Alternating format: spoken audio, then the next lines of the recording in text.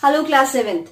Last video में हम पादपों में जनन पार्ट 12 में पादपों में कौन कौन सी जनन की विधियां होती हैं, दो टाइप्स की, उनके बारे में पढ़ चुके हैं। कौन कौन सी होती है बच्चों? वो अलैंगिक जनन यानी असेक्सुअल रिप्रोडक्शन या फिर लैंगिक जनन सेक्सुअल रिप्रोडक्शन। आज जिस टॉपिक के बारे में हम बात करेंगे वह है असेक्सुअल रिप्रोडक्शन या फिर अलैंगिक जनन। अलैंगिक जनन क्या होता है बच्चों, मैं आपको याद दिला दूं। अलैंगिक जनन एक ऐसे जनन की विधि होती है जिसमें बीज अथवा बीजाणुओं के उपयोग के बिना ही एक नया पौधा उगाया जाता है। तो अलैंगिक जनन की कौन कौन सी विधियां होती हैं? अलैंगिक जनन की मुख्य 4 विधियां होती हैं। कौन कौन सी? देखिए, पहली होती है कायिक प्रवर्धन, इंग्लिश में इसे कहते हैं वेजिटेटिव प्रोपेगेशन। दूसरी विधि होती है मुकुलन यानी बडिंग। तीसरी विधि होती है खंडन, इसे बाइनरी फिजन, फ्रैगमेंटेशन कुछ में भी कंसीडर किया जा सकता है। और चौथी विधि होती है इसकी बीजाणु निर्माण या फिर स्पोर फॉर्मेशन।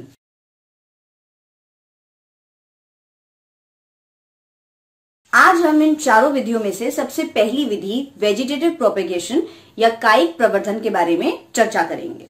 कायिक प्रवर्धन या वेजिटेटिव प्रोपेगेशन एक अलैंगिक जनन की ऐसी विधि है जिसमें किसी भी कायिक अंग जैसे मूल या जड़, तना या पत्ती या कलिकाओं से प्रोपेगेशन किया जाता है, मतलब नया पादप उगाया जाता है।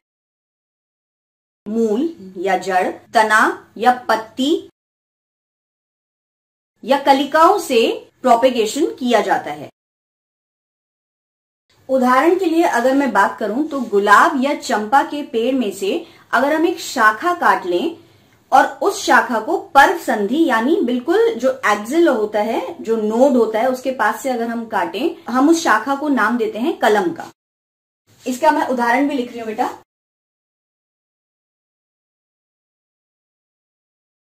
गुलाब या चंपा के अगर हम किसी भी एक शाखा को पर्व संधि से काटें और उसके बाद उस कटिंग को, उस पार्ट को जिसे हम कलम का नाम दे देते हैं, इसको अगर हम मिट्टी में दबा दें और प्रतिदिन पानी दें तो हम कुछ ही दिनों में क्या ऑब्जर्व करेंगे? हम ऑब्जर्व करेंगे कि एक नया प्लांट उगने लगा है ना? आपने करके देखा ऐसा? अगर नहीं तो जरूर करके देखिए। और पेज 142 एनसीईआरटी की बुक में चित्र 12.1 में आप देख सकते हैं कि उस कलम को कहां से, कौन से भाग से काटा गया है। और इसके और भी बहुत एग्जाम्पल्स होते हैं। पुष्प कलिकाएं आप सबको पता है, फ्लावर बड्स। उसके अलावा फ्लावर बड से तो हम एक नया पौधा उगा ही सकते हैं, पर फ्लावर बड्स के अतिरिक्त हमारे पास कुछ वेजिटेटिव बड्स होते हैं जिन्हें हम क्या कहते हैं बच्चों? कायिक कलिकाएं। कायिक कलिकाएं या vegetative buds. Actually in vegetative buds में होता क्या है कि जो इमैच्योर लीव्स होती हैं, अपरिपक्व पत्तियां, वो ओवरलैप कर रही होती हैं, तो वो हेल्प कर देती हैं एक नया पादप को उगाने में। इसका एक एग्जाम्पल है आलू। आप सबने आलू देखे हैं, आलू के ऊपर कुछ निशान होते हैं, स्कार्स, है ना? तो उन आलू, उन्हें क्या कहते हैं? उन्हें शत चिन्ह भी कह सकते हैं वैसे तो, पर वो एक्चुअली होती है आलू की आंख। अगर हम एक आलू लें और उसके टुकड़े करें और उसके हर पोर्शन में उसकी एक आंख मौजूद हो और उसको हम मिट्टी के अंदर दबा दें और प्रतिदिन पानी दें, जैसे हम एक पौधा उगाने के लिए जो हम प्रोसेस फॉलो करते हैं, तो हम देखेंगे कि नए आलू और उग जाएंगे। तो यह ही जनन की प्रक्रिया है और ये एक कायिक प्रवर्धन का बहुत ही अच्छा एग्जाम्पल है। इसका एक और एग्जाम्पल है जिसके बारे में बात करती हूं। ब्रायोफिलम लीव्स या इसे कहते हैं पत्थर चट्टा। पत्थर चट्टा या ब्रायोफिलम जो लीव्स होती हैं, इसकी जो पत्तियां होती हैं उसके किनारों के गर्त में वेजिटेटिव बड्स या कलिकाएं होती हैं। अगर इस पौधे का एक भी पत्ता अगर मॉइस्ट सॉइल मतलब आर्द्र मिट्टी में अगर गिर जाए तो उसको वो माहौल मिल जाता है जिसमें वो ग्रो कर सकता है, तो एक नया पौधा उग जाएगा। तो यही है वेजिटेटिव प्रोपेगेशन या फिर कायिक प्रवर्धन। ध्यान रखिए, मैंने आपको स्टार्टिंग में बताया था इसकी डेफिनेशन।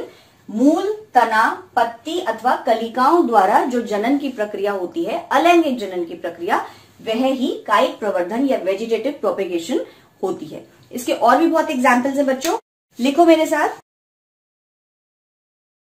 हमने बात कर ली थी कलिकाओं, पत्ती, तना एक्सेट्रा के बारे में। अब हम मूल यानी जड़ की बात करते हैं। तो जड़ से उगाने वाले जो और पौधे हो सकते हैं, जो वेजिटेटिव प्रोपेगेशन के एग्जाम्पल्स बन सकते हैं, वो क्या है? जैसे शकरकंदी, है ना। तो अगर हम शकरकंदी या डहलिया प्लांट की अगर जड़ को मिट्टी में दबा दें और उसे प्रतिदिन पानी दें तो एक नया पौधा उग जाएगा। इसी तरीके से बच्चे कैक्टस होता है। कैक्टस का कोई भी भाग जो उसके मुख्य भाग से अलग हो जाए, विलग्न हो जाए या डिटैच हो जाए, तो वो डिटैच पार्ट भी जहां भी गिरेगा वो अपने आप एक नया कैक्टस का प्लांट ग्रो कर देगा। वेजिटेटिव प्रोपेगेशन के अपने कुछ एडवांटेजेस होते हैं। क्या एडवांटेजेस होते हैं बच्चों? सबसे पहले जो पादप होता है, नया पादप जो उगाया जाता है, वह कम समय में उग जाता है। अगर हम देखें तो जो पौधे लैंगिक जनन के द्वारा उत्पन्न होते हैं, उनकी अपेक्षा जो पौधे वेजिटेटिव प्रोपेगेशन के द्वारा उगाए जाते हैं, उनके अंदर पुष्प और फल भी कम समय में उग जाते हैं। और क्योंकि ये अलैंगिक जनन के द्वारा प्राप्त किया गया है, तो इसका जो नया पौधा होता है, इसके द्वारा उत्पन्न किया जाने वाला नया पौधा, वो अपने जनक की मतलब पेरेंट की एग्जैक्ट कॉपी होती।